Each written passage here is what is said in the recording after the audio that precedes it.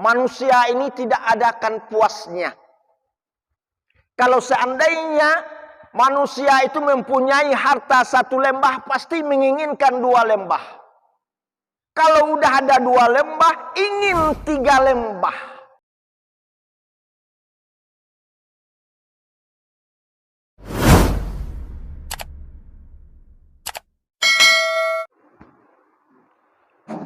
Alhamdulillah, asyhadu an la ilaha illallah wahdahu la syarikalah, wa asyhadu anna Muhammad abduhu wa rasuluh la nabiyya ba'dah. Puji syukur kehadirat Allah Subhanahu wa taala, pada pagi ini kita semua dikaruniai kesehatan dan kesempatan sehingga dapat hadir di masjid ini dalam rangka yaitu melaksanakan kewajiban kita, yaitu melaksanakan solat subuh berjamaah. Salawat dan salam kepada baginda Rasulullah sallallahu alaihi wasallam. Allahumma salli ala sayyidina Muhammad wa ala alihi wa sahbihi ajma'in. Bapak, para khalifah, para tuan guru, para ustaz, para jemaah yang dirahmati Allah, kemudian ibu-ibu yang hadir pada pagi ini, meskipun diguyur hujan sedikit, namun tidak itu membuat kita lentur untuk melangkahkan kaki ke masjid ini dalam melaksanakan solat subuh berjemaah. Orang yang tidak ada uzur tapi tidak melaksanakan solat berjemaah itu dikategorikan orang-orang yang munafik. Tidak uzur tapi tidak mau melaksanakan solat berjemaah, itu dikategorikan adalah orang-orang yang munafik. Bapak, saudara yang dirahmati Allah, pada pagi ini ingin kami sampaikan, berulang-ulang kita sampaikan, tapi untuk mengingatkan kita. Ini selalu saya sampaikan sebenarnya. Setelah melaksanakan sholat subuh, maka ada kegiatan-kegiatan lain yang dibuat oleh panitia, menantikan yaitu sholat sunat Isra. Nah, hadis ini sahih, yaitu dari Anas bin Malik. Ini dah selalu saya sampaikan, tapi kita ulang balik. Rasulullah sallallahu alaihi wasallam bersabda, "Man shallal ghadata fi jama'atin." Barang siapa yaitu salat subuh berjamaah, kemudian summa qa'ada yazkurullah, kemudian duduk dan berzikir kepada Allah. Duduk itu berzikir kepada Allah. Boleh iktikaf, boleh mendengarkan ceramah, tidak ada masalah. Hatta tatlu'as samsu, sampai matahari terbit. Jadi sudah duduk berzikir kepada Allah sampai matahari terbit. Summa shalla raka'ataini, kemudian salat 2 rakaat. Itulah namanya salat sunat Isra. Kanat lahu ka ajri, pahalanya seumpama, atau seumpama pahalanya yaitu hajjatin wa umratin, tamah. Pahalanya seperti mengerjakan haji dan umrah Sempurna, sempurna, sempurna. Itu hebatnya, yaitu melaksanakan sholat sunat Isra. Jadi kalau udah terbit matahari nanti, maka kita kelincirkan sekitar 12 menit atau 20 menit. Sebab kalau kita sholat pada waktu terbit matahari, itu namanya terbit itu adalah seperti tanduk setan. Jadi itu tak bisa, maka kelincirkan sedikit. Jadi syaratnya berjemaah ke masjid, duduk berzikir kepada Allah Subhanahu wa taala, kemudian baru melaksanakan sholat sunat Isra, lalu pahalanya seperti mengerjakan haji dan umrah. Seperti, seumpama, bukan nanti setelah melaksanakan itu kita digelar haji, tidak. Atau setelah itu digelar kita boleh, ini udah pernah umrah, tidak. Tapi seperti seumpama. Jadi Bapak Ibu yang dirahmati Allah, kemudian kita bahas sedikit masalah yaitu sutroh. Sutroh itu artinya pembatas. Baik sholat fardu maupun sholat sunnat.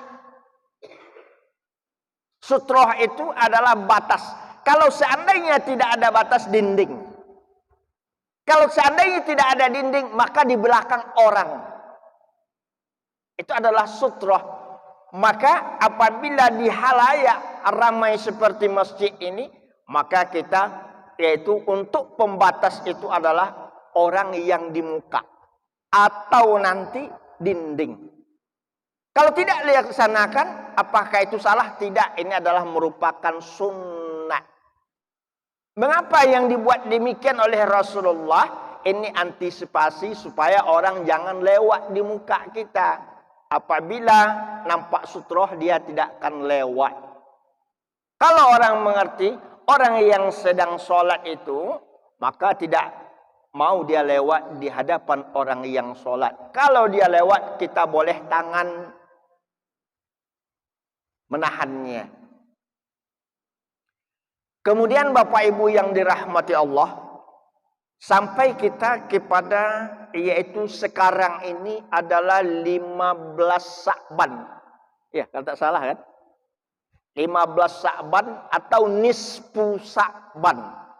Sering disebut nisfu. Nisfu itu artinya separuh, setengah. Jadi Rasulullah sallallahu alaihi wasallam dalam tata cara menyambut bulan suci Ramadan, itu yang pertama ialah dengan banyak-banyak berpuasa. Ini cara Rasulullah menyambut bulan suci Ramadan. Keterangan mana? Yaitu diriwayatkan oleh Bukhari dari Aisyah. Rasulullah sallallahu alaihi wasallam bersabda, "Kana Rasulullah sallallahu alaihi wasallam yasumu hatta nakula la yuftiru wa yuftiru hatta nakula la yasum." Fama ra'aitu Rasulullah sallallahu alaihi wasallam istamala syiyama syahrin illa Ramadan wa ma ra'aituhu aksara syiyaman minhu fi Sya'ban.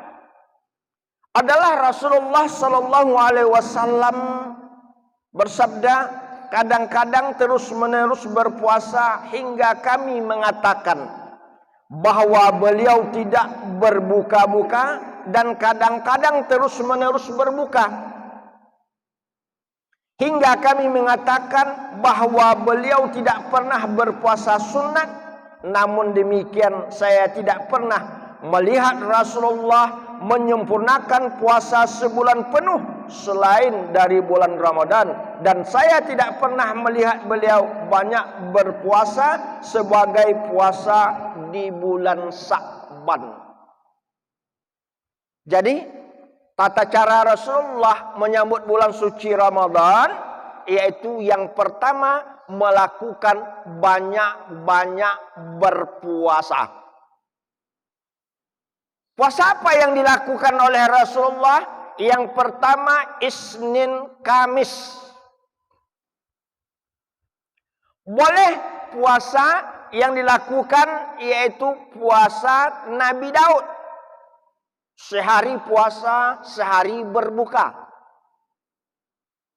Tapi sholat Nabi Daud tidak ada. Sehari sholat, sehari tidak. Yang ada itu adalah puasa Nabi Daud. Dan boleh melaksanakan yaitu puasa Yaumul Bid. Yaumul Bid itu adalah pertengahan bulan Qamariyah. 13, 14, 15. Bedanya puasa Ramadan dengan puasa sunat. Kalau puasa Ramadan kita berniat di malamnya. Kalau puasa sunat itu apabila paginya kita tidak makan, tidak minum, maka boleh kita berniat untuk puasa sunat. Kalau diawali pada malamnya, boleh. Kalau siangnya juga kita berniat untuk puasa sunat, boleh. Karena Rasulullah Sallallahu Alaihi Wasallam dalam kehidupannya apabila ditengoknya tidak ada makanan pada paginya, langsung dia berniat ana shaim. Saya berpuasa. Jadi bedanya puasa sunat dengan puasa fardu. Puasa fardu kalau tidak berniat pada malamnya itu tidak ada puasa paginya, siangnya. Tapi kalau puasa sunat paginya boleh kita berniat untuk puasa sunat. Nah, Bapak Ibu yang dirahmati Allah, kemudian apalagi cara Rasulullah Sallallahu Alaihi Wasallam menyambut dalam bulan suci Ramadan, yaitu mengadakan ceramah.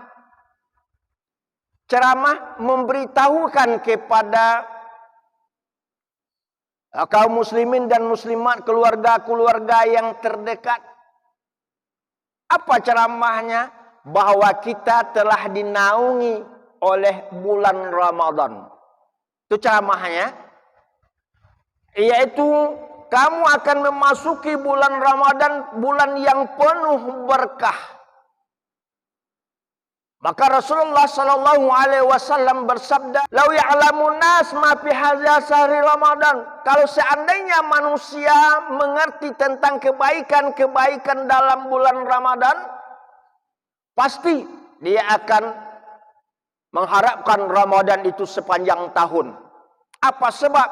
Karena dalam bulan Ramadan itu semua amal ibadah dilipat gandakan.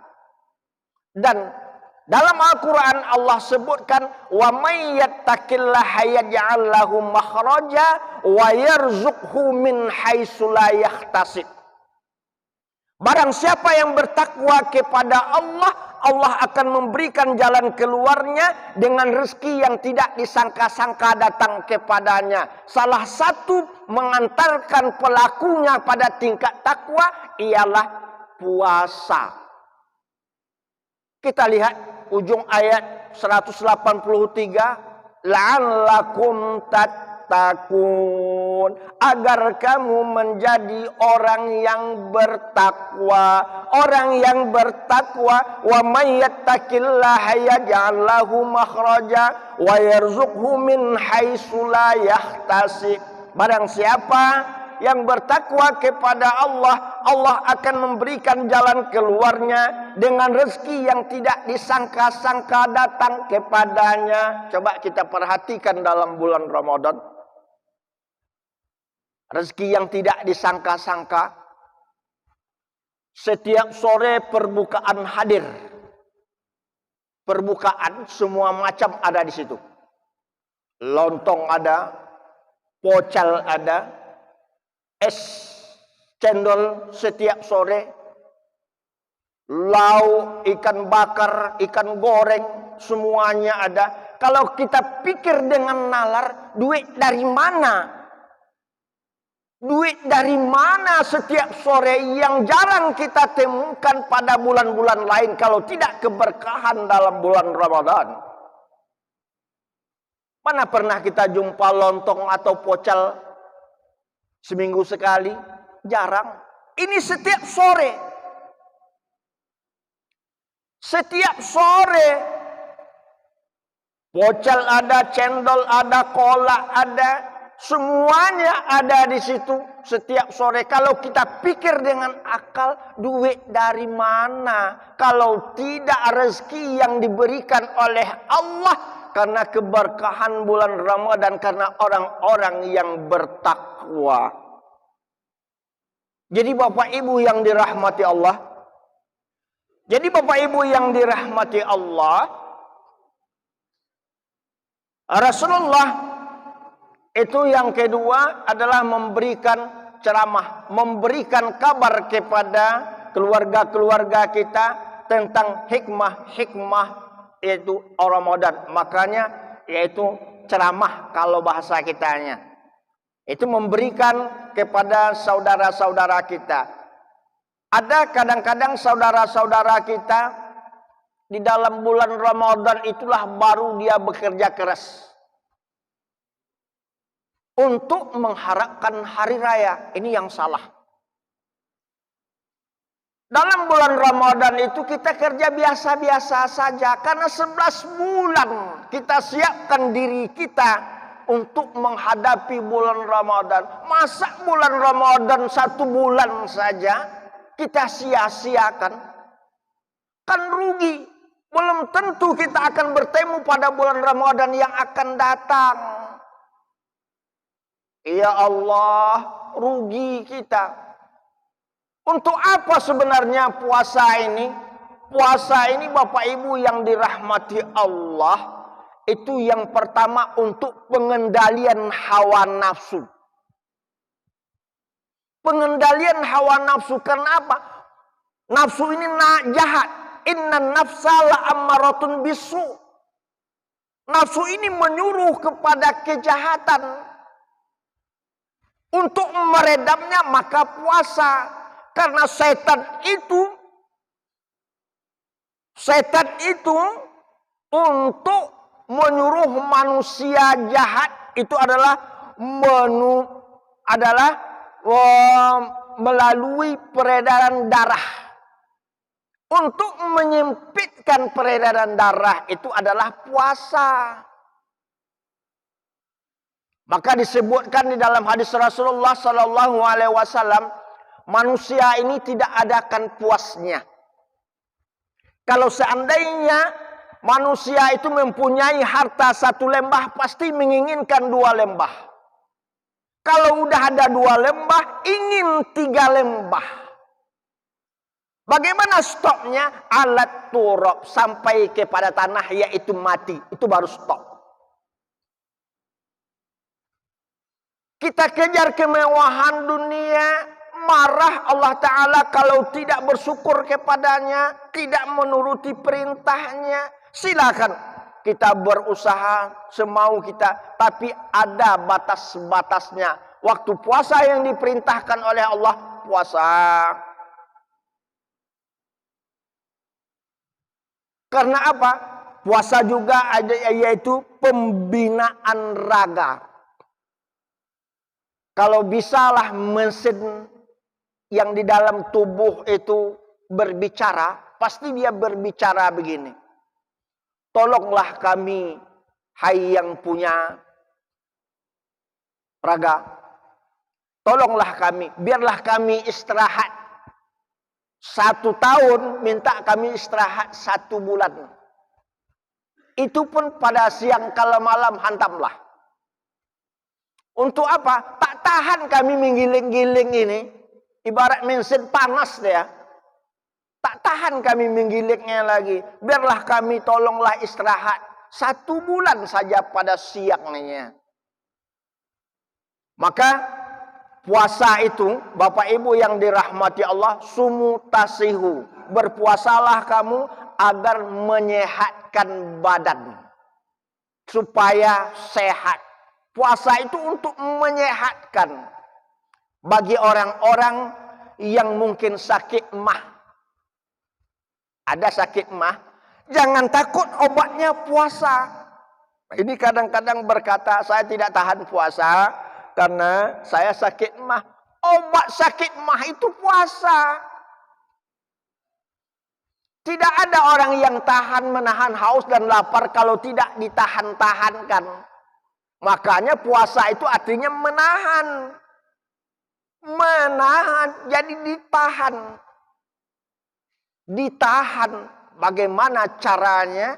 Yaitu baik lapar maupun dahaga, kemudian nafsu, yaitu untuk meredamnya. Jadi Bapak Ibu yang dirahmati Allah, yang kedua yaitu Rasulullah, yaitu tata cara menyambut bulan suci Ramadan, yaitu berceramah. Yang ketiga yaitu mengucapkan tahniyah. Sekurang-kurangnya marhaban ya Ramadan. Selamat datang bulan yang agung. Selamat datang bulan yang penuh berkah.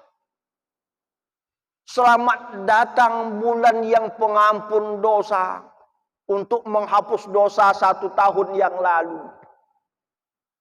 1 tahun yang lalu kita berbuat dosa, maka pada bulan Ramadan ini orang yang berpuasa dengan iman wahtisaba ghufira lahu ma taqaddama min zambih. Dosa-dosa yang kita lakukan 1 tahun yang lalu, maka kita berpuasa pada bulan Ramadan karena iman dan mengharap ridha Allah, ghufira lahu ma taqaddama min zambih, akan diampuni dosanya, semua dosanya. Itu hebatnya bulan Ramadan. Maka disebut juga bulan Ramadan itu adalah pembakar dosa. Dan yang terakhir, boleh membayar zakat pada bulan Sya'ban. Boleh membayar zakat dalam bulan Sya'ban. Tujuannya apa? Diberikan kepada fakir miskin itu supaya dia bisa berpuasa sama-sama kita. Ada satu kitab yang membahas tentang ini. Boleh membayar zakat yaitu pada bulan Sya'ban. Tujuannya apa? Supaya fakir miskin, orang-orang yang tidak mampu itu bisa melaksanakan puasa bersama-sama kita. Jadi kalau sekarang Bapak Ibu yang dirahmati Allah, mengapa zakat jarang orang mengeluarkan? Karena dia mengharapkan kelebihan. Zakat seperti zakat padi itu bukan kelebihan tapi penghasilan. Kalau kelebihan sampai kiamat tak jumpa berzakat. Buka nanti kitab Imam Syafi'i bahwa zakat itu bukanlah kelebihan tapi penghasilan. Maka itu zakat padi itu ada 2 macam. Yang pertama 5% dan yang kedua 10%. Mengapa pula itu nanti diutak-atik pula itu. Ini utang saya banyak, bayar ini, bayar ini, bayar ini. Maka kelebihan tidak akan ada di rumah kita duit yang berlebih. Makanya zakat padi itu yaitu penghasilan. Maka ada 2 macam kategori. Yang pertama 10%, yang kedua 5%. 10% milik sendiri tanpa diairi dengan biaya. Tapi kalau pakai biaya yaitu 5%, yaitu orang yang menyewa, itu 5% itu. Tapi milik sendiri yaitu tidak pakai apa namanya itu kalau Hah? Pengairan, ya.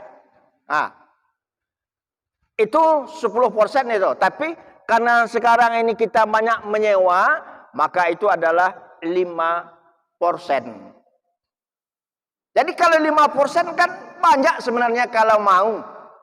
Jadi sampainya zakat itu kalau menurut Imam Syafi'i itu adalah 5 wasok. 5 wasok itu asal katanya ausu. Setiap satu wasok 60 sok. Setiap satu sok 2 kilo 1 on sekian itu. Tapi karena kita bulatkan menjadilah 2,5 kilo. Caranya bagaimana? 5 kali 60 kali 2,5 kilo kalau kita bulatkan jadilah 750 kilo beras. Kalau digabahkan lebih kurang yaitu 1 ton ya. Ada enggak 1 ton? Buatlah perkiraan 1 ton. Tapi kalau hitungan Basnas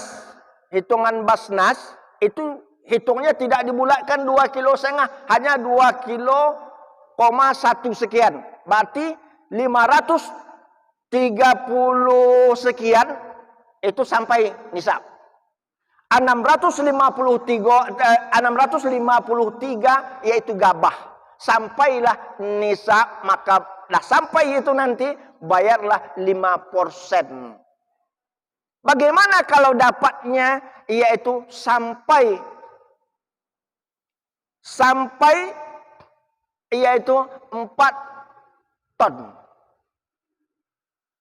4 ton kan dah banyak itu.